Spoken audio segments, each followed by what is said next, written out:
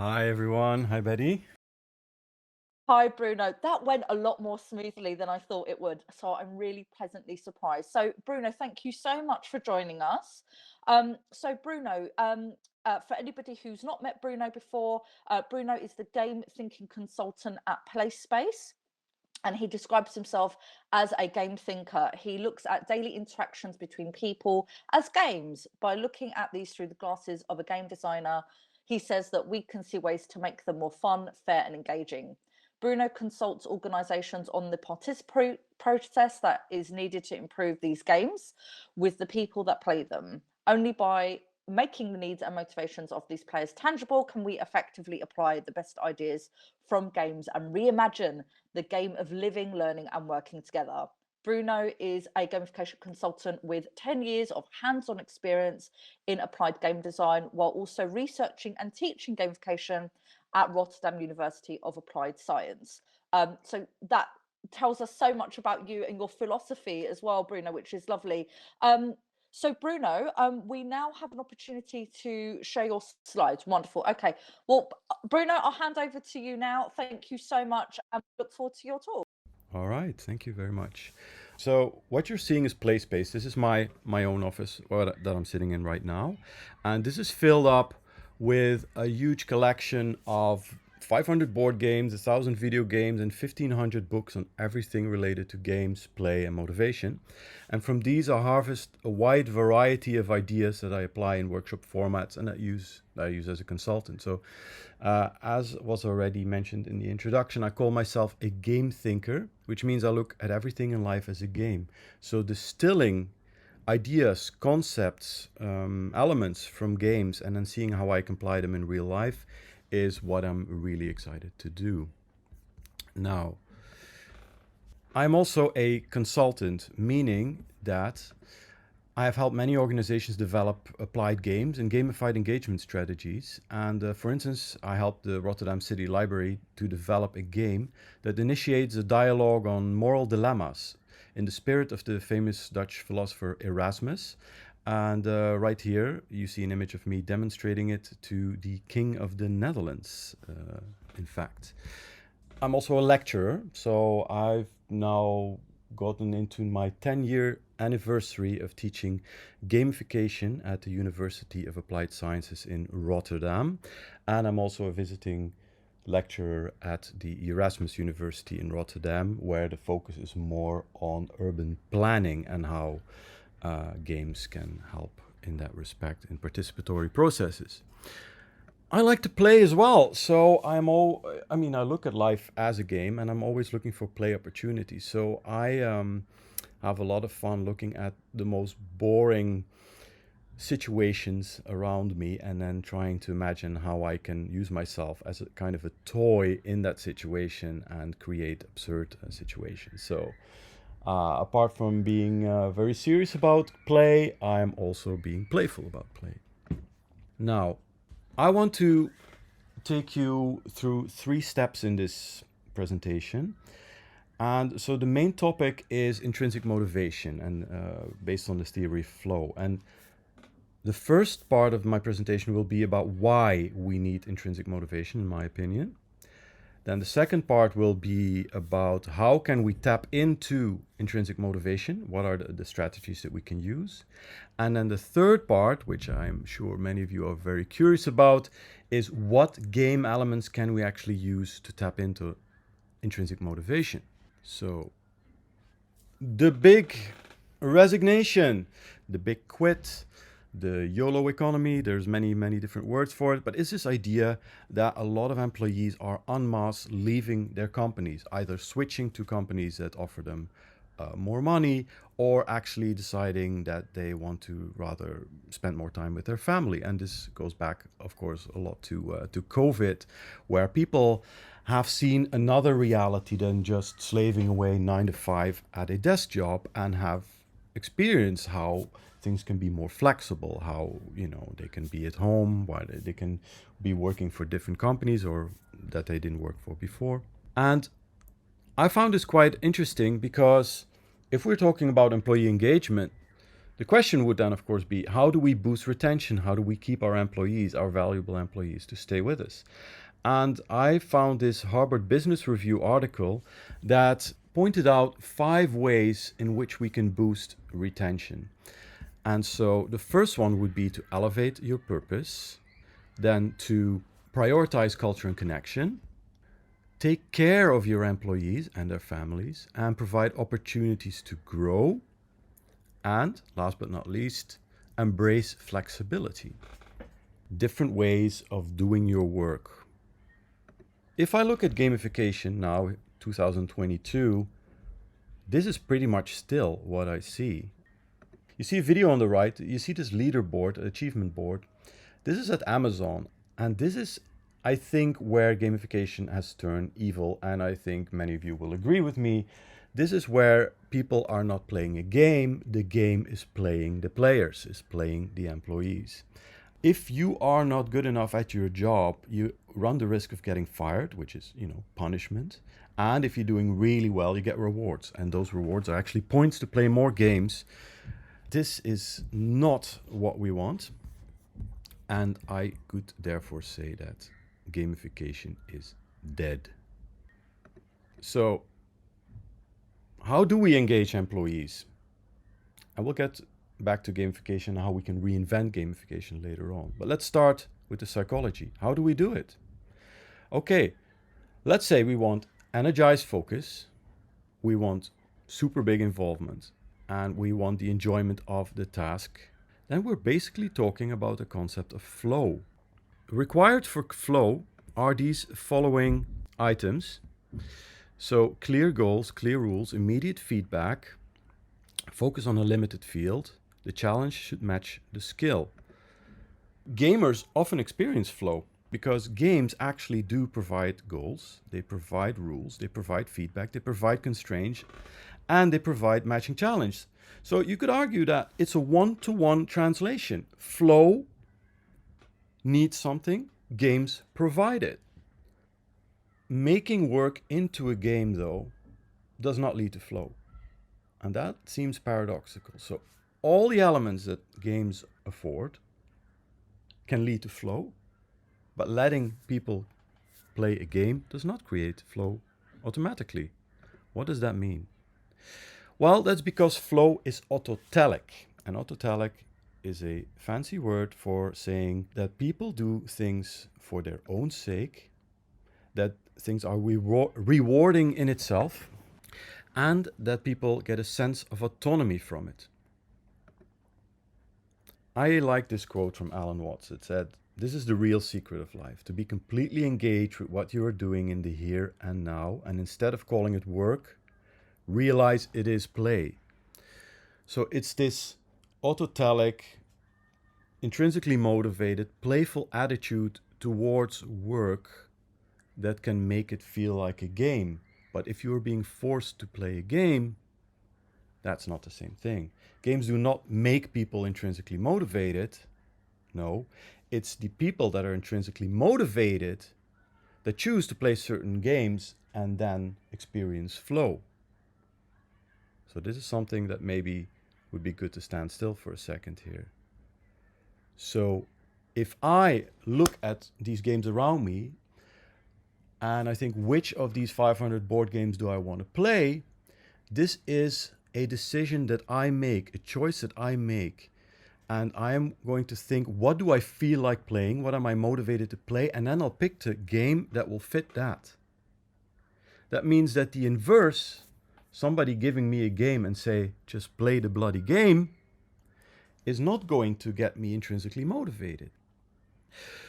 Okay, so we need to reframe gamification to support intrinsic motivation. How do we do that? Now we get to the second part, which is the 10 key player motivations.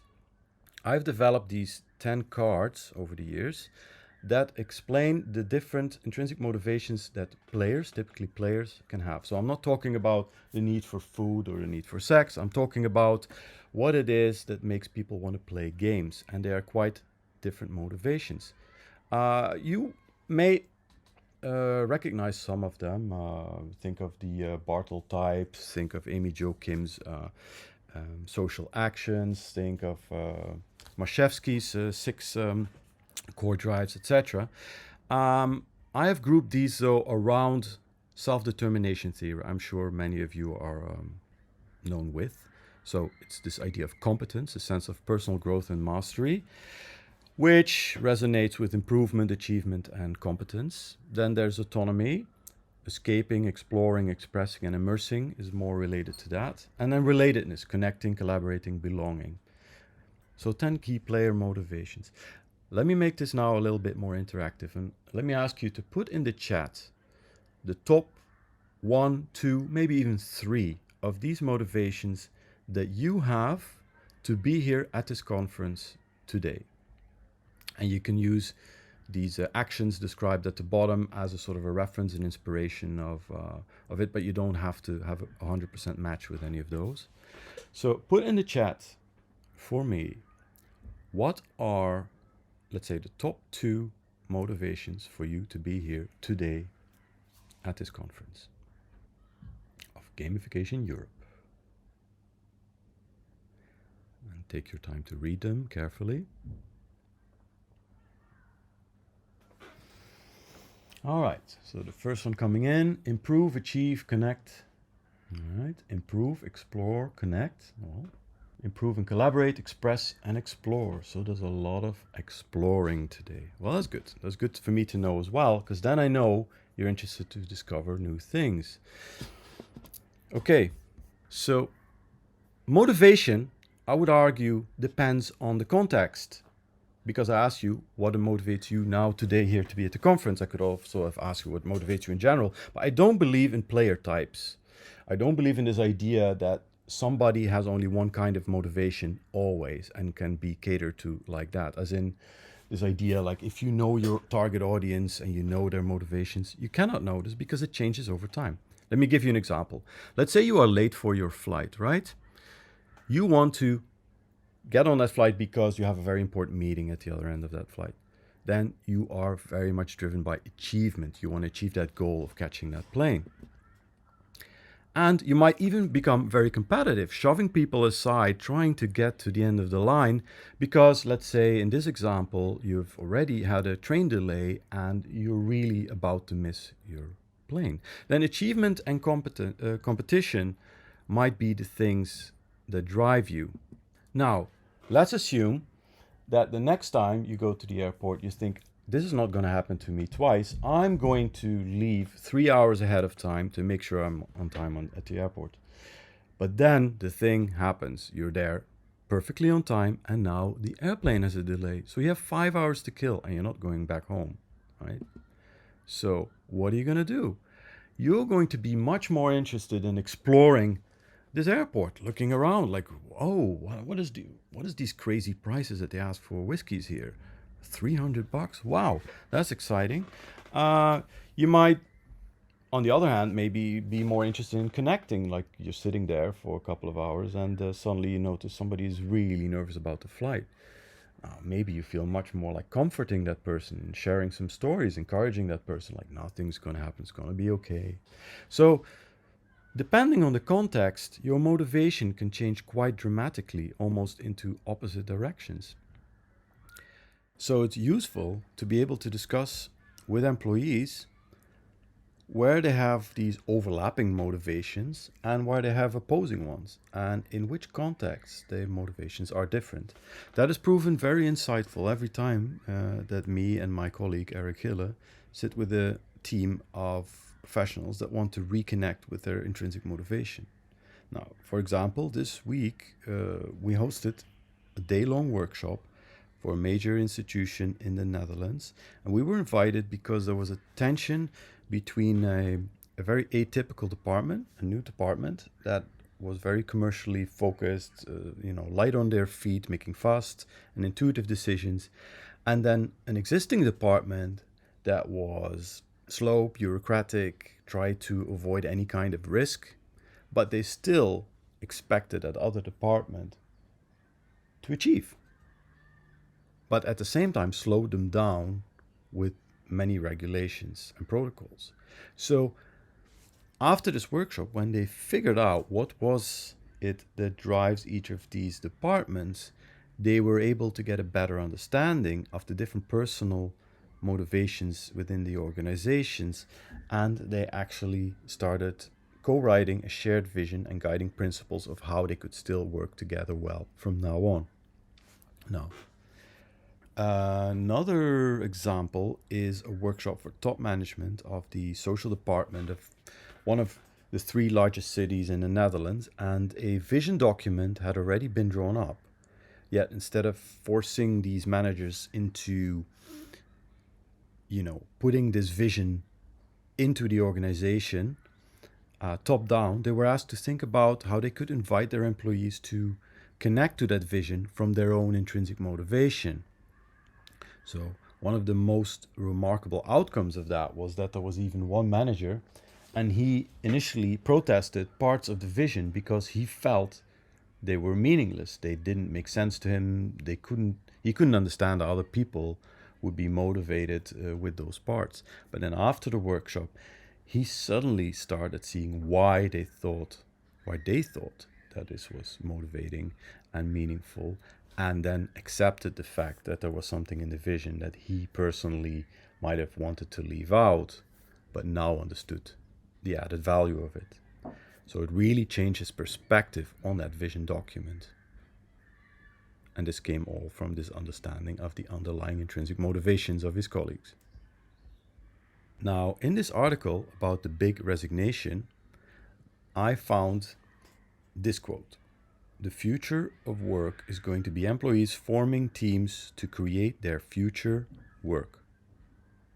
And I found that quite intriguing. And I would want to go one step further and say the future of work is going to be employees forming teams to create their future game of work.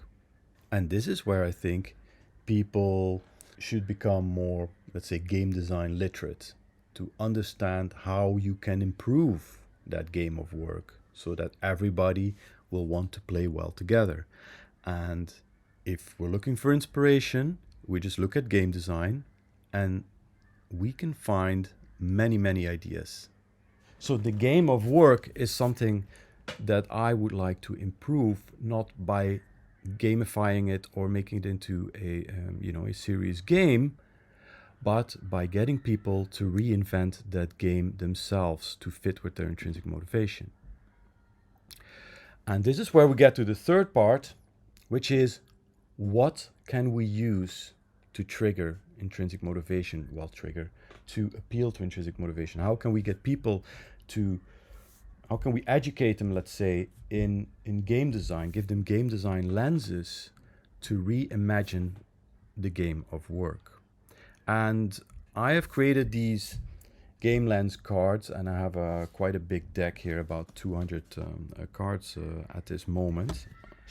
And unfortunately, I cannot share all of them with you because of time constraints, but also because I use them in my consultancy as a very valuable component. But I will share 4 of them with you to give you an idea of how we can do this. So let's go to the first one. Well, I derived these from games, as I told you. So one game that I found quite interesting to start with is Mario Kart. Many of you will know Mario Kart. Needs no further explanation. What I find one of the most interesting game mechanics in Mario Kart is the idea of the power-up. This idea that you can obtain a one-time power-up that you can use whenever you need to catch up with everybody else, or sometimes to dominate other players, but usually it's a catch-up mechanism. And I find that intriguing because if work is a game, then what can we learn from the power-up mechanic to make work more interesting? This card explains what that could be like. How can employees obtain a limited use, limited time advantage which will allow them to catch up? And I've talked with some organizations about it. I've got loads of examples here of how to apply it, but just imagine there's a company and the employees are asked to take more ownership and initiative, right? To do their own self-created projects. Yet whenever they propose a new initiative, their proposal gets returned by a controller, stating things like, this is not in line with safety regulations, or the budget needs to be split up into separate costs, or, that bigger nightmare of bureaucracy. You used the wrong form. Now, I've been in sessions where employees have stated that after having their proposals sent back a number of times, they just stopped taking initiative altogether. They found proof that whatever initiative they took, the system clearly is not interested in their ideas. They found it very depressing. And interesting enough, it was the controller that also wasn't happy because he didn't really enjoy saying no to people, but he said, I'm just doing my job. Now, so when this card came up during a game thinking session to rethink that situation, they actually came up with a solution. The employees basically asked the controller to sit with them for an hour, just once, that's the power up, and listen to all their ideas. And he would then advise them on how to hand in such a proposal in a way that it would almost surely fit into the company regulations. He wouldn't write the proposal for them, and if the proposal was not good, he would tell them, of course, but he would just basically explain what are the prerequisites for a proposal to be taken seriously, to be actually be considered, to get through the machinery. So that is a fantastic idea, I think, of a minimal intervention of just 1 hour of getting this person to come out of his office and sit with the employees with huge benefits. So this connects back to the sense of, among other things, the intrinsic motivation of belonging. Why did I choose belonging here? Because it makes you feel that you can catch up, that you can be part of the game again, that you're not excluded from the game, that you're not lagging behind, that you're not even motivated to try anymore because you can never catch up anymore anyway. A game that I find fascinating, I don't know if many of you know it, so I might have to explain a little bit. It contains a video which I'm not sure if it will run. This is Octodaddy, and Octodaddy is a game where you pretend, well, you're an octopus, but you have to pretend that you're a human being. And you have a mission. You have to find a wife, you've got to get married, you got to get children, you got to get through all these things that humans do.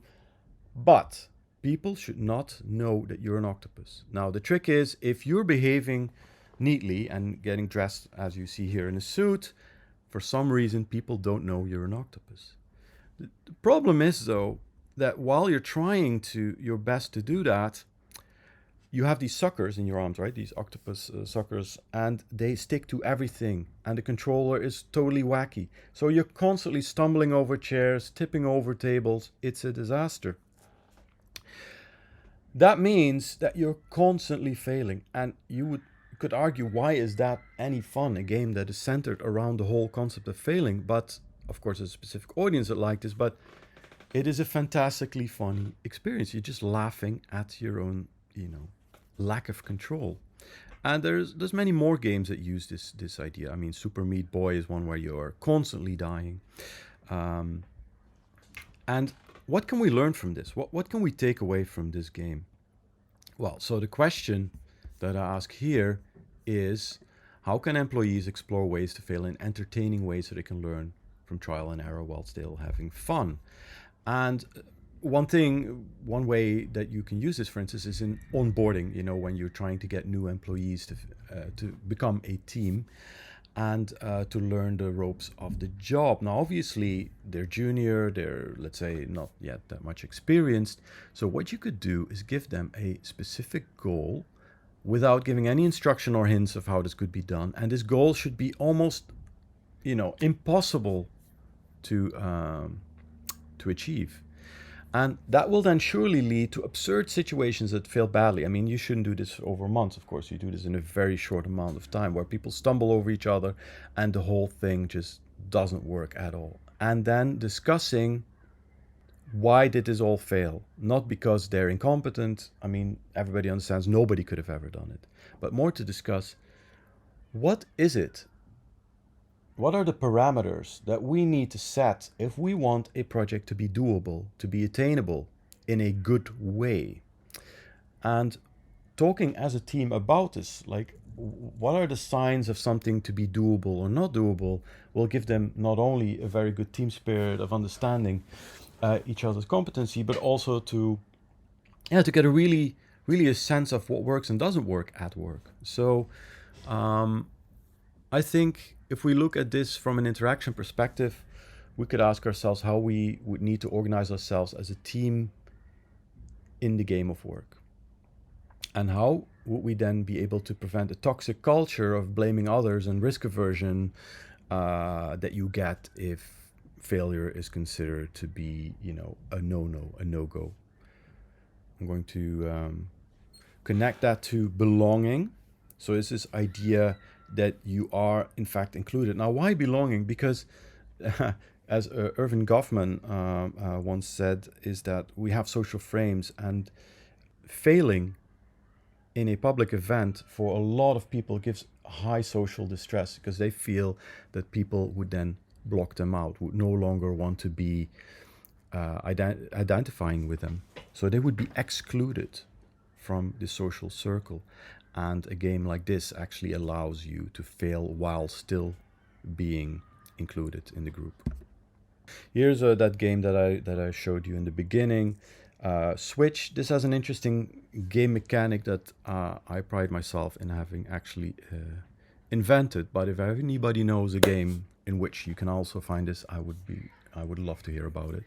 And I would like to call this the Game Master rights.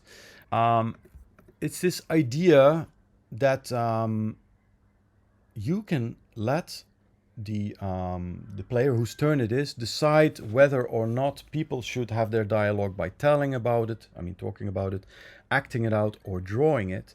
And they can pick a scenario from different levels of difficulty. And the idea is that you don't win points here, talking about points.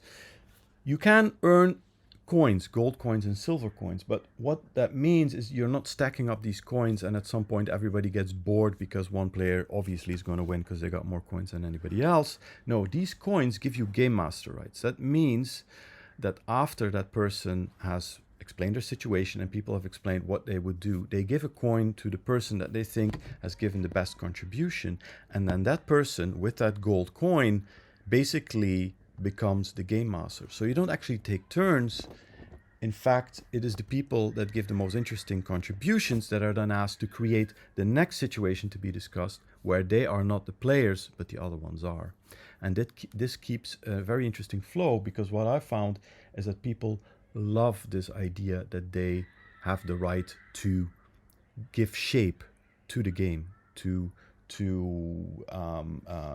decide if people should draw it or act it or tell it. And this connects very much with the idea of expression as an intrinsic motivation. Okay, I think I'm going to skip one, maybe as in I'm not going to explain this game too much. This is a game by Jennifer Coomer that I have been consulting on about death doulas. I won't go too much into details, but what's interesting here is this idea of peer badges that I want to mention. Is the idea that if somebody gives you feedback, you then give them a badge, not so much as in thank you, kudos, that's funny, but badges that actually articulate the kind of quality that you think that feedback gave you. Why is that interesting? Because we found that these professionals giving each other feedback like that started realizing three important things.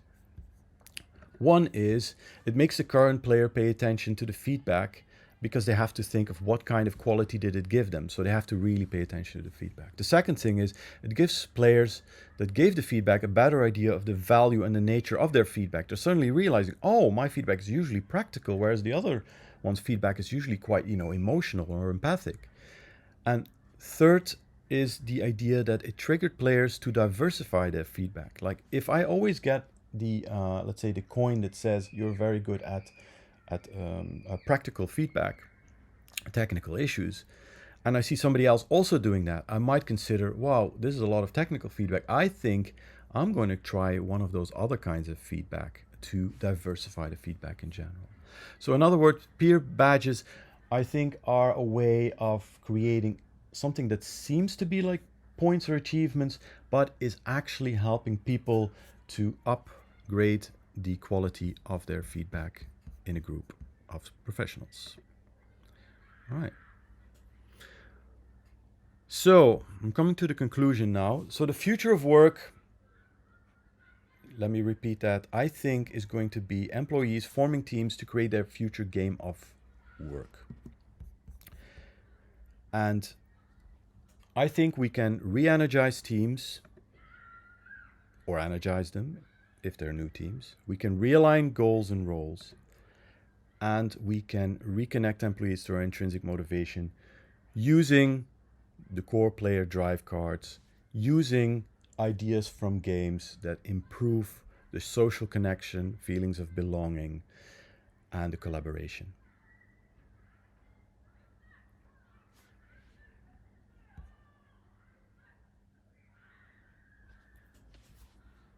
Thank you so much, Bruno, for a very altruistic presentation. There's so much in there about doing good to help others.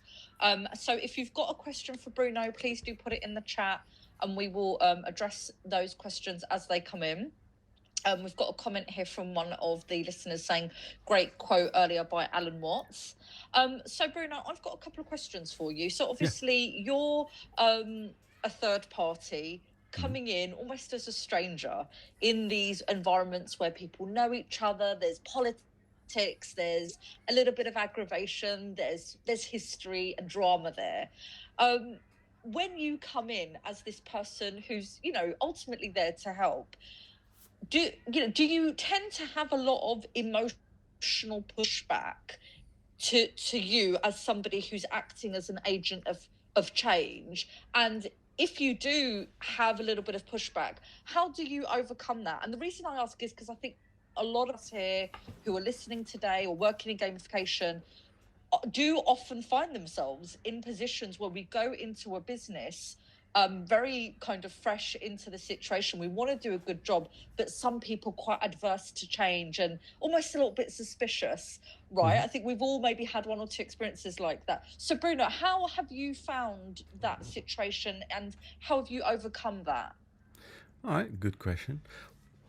Well, my answer would be that I think I focus a lot on inclusion, on involving people in the dialogue about what the game of their work should be like, which means that when I already frame their work as a game, but I'm not going to make their work into a game, I'm just going to frame it as a game and then ask them, is this a game that is worth playing? Is this a game that you feel you are playing well together? And if the answer is no, then that is usually an open invitation to get them to explore ways to improve on that, which usually makes people quite excited, to be honest, because they feel that they're going to get ownership, that they're going to be included in the dialogue about how to improve things, which is a very different, of course, than playing a game with them and saying, well, you are playing the game well or not.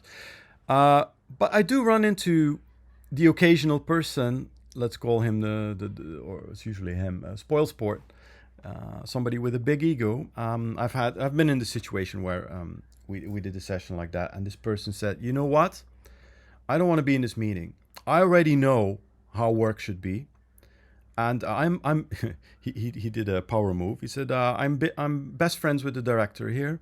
He knows my opinion, so I'm going to leave this workshop now because whatever comes out of this workshop doesn't matter. It's going to go the way that I want it to go because I have the power. The interesting thing is, Right. I could have just said, look, I can't do that. You have to play or whatever along with us. But I flipped it around and said to the others, well, I just invited you to reimagine work. And at the end of this session, we're going to come up with some principles that are going to improve your work situations. So this person says he doesn't want to contribute to these principles. What do you say? What do you say about that? And the others were laughing and they said, oh, well, that's not an issue. You just go. Let's call him John. You go, John. At the end of the session, you'll see the principles, and that'll be that, And if you don't want to, be part of the reimagining of those rules of the game that we play every day, well, your loss. Because this has been, the director has asked us to do this, so this is what we're going to do. And then John, let's say, said, oh, hold on. Okay, then I guess I better not leave the table and stay here and play along because, And usually I use some game elements, game mechanics, to make sure that these dialogues are structured. Of course, I'm just not going to shout out, "What do you want?" I have a lot of formats that streamline such a conversation so that everybody gets their turn to speak, etc. So, yeah, that's usually how I deal with it. Thank you, Bruno. And that's a great example. I think probably there's a lot of people listening who have met the Johns, let's call them Johns, Josephines, whatever, of this world. And it's lovely that with your approach, which I think is a great approach to have, is walking in there with a huge amount of empathy and encouraging reflection. So you're there to say, I'm here to facilitate. I'm not here to, shove something onto you. And also that wouldn't get the best kind of reaction and participation anyway. So thank you, Bruno. And we have another question here from somebody who's listening in. Yeah. Can every job an employee does become a flow adapted activity? So basically, can you add a sense of flow to absolutely any job out there potentially? Well, the point I guess I tried to make was to say that flow is autotelic. It is done for its own sake. It's rewarding in itself. So something cannot be made, flow adaptive. But there are some things that we can do. And so I guess the main point I was trying to make, among many other points that I could make here, is that if we invite people, if we involve people in reimagining the game of work, if we are open to them sharing their intrinsic motivations, then we can have a dialogue about how they can bring the flow that they already feel when they do what they want to do into work. Like, how can we accommodate the game of work to match with their already existing intrinsic motivations? And then, yes, we can accommodate flow. But like I said, I don't believe in in some sort of mechanic that will make somebody intrinsically motivated. Games do not make you intrinsically motivated, was my point. The point is, people choose a game that they are intrinsically motivated to play. And if the game is not fun to play or not motivating to play, we should change the game, or into another game, or just adapt the game, which I'm more interested in. It doesn't have to be 100% innovation, but how can we adapt the game to facilitate this?